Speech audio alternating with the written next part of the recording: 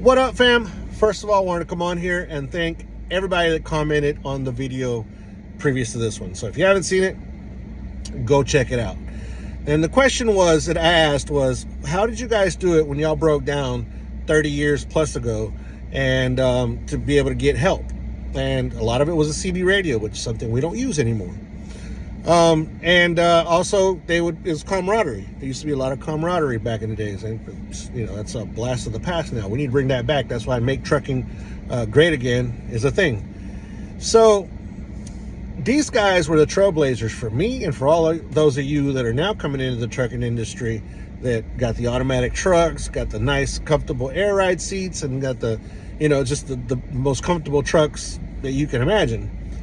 Well, those guys didn't have it like that back then. And if you ask those old school drivers that didn't have air conditioning, didn't have power steering, didn't have automatic trucks, had spring suspension on their trucks, had spring ride on their seats, if you asked them if they would go back and do it again, would they do it? And they would tell you they would 100% go back and do it again, because they loved it back then, because the camaraderie, anybody that broke down, you stop, help them out, and just everybody helping everybody out, which is how it should be. It should have became stronger, but then it became weaker, as that's just how it is, I guess.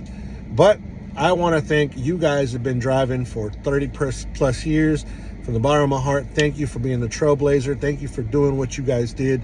If you don't hear that enough, I do thank you for everything that you did. Now, little story about where I started. I started 25 years ago. I caught the tail end of the phone part. I had a cell phone the whole time. I've always had a cell phone. So I remember going to some truck stops like the TAs and stuff, the Petros, and at the booth or where you were sitting down, at the very end against the wall, there would be a phone, and people would use those all the time. And they actually had like a little enclosed booths too that people used. So I caught that part of it. Now, as far as GPSs, they didn't come for a few years later. And so I did rely on the maps. The Rand McNally's, I'd open up, write down the route, and write on a piece of paper, because my memory is just not great. Some guys just remember everything. And that's how we would get around. And it was fun. I actually can say that it was kind of fun looking at that and being able to plan your route that way. That was really cool. But anyways, just wanted to, again, thank all you veteran drivers that paved the way for me and the rest of us. Be good, be safe, and as always, God bless. Peace.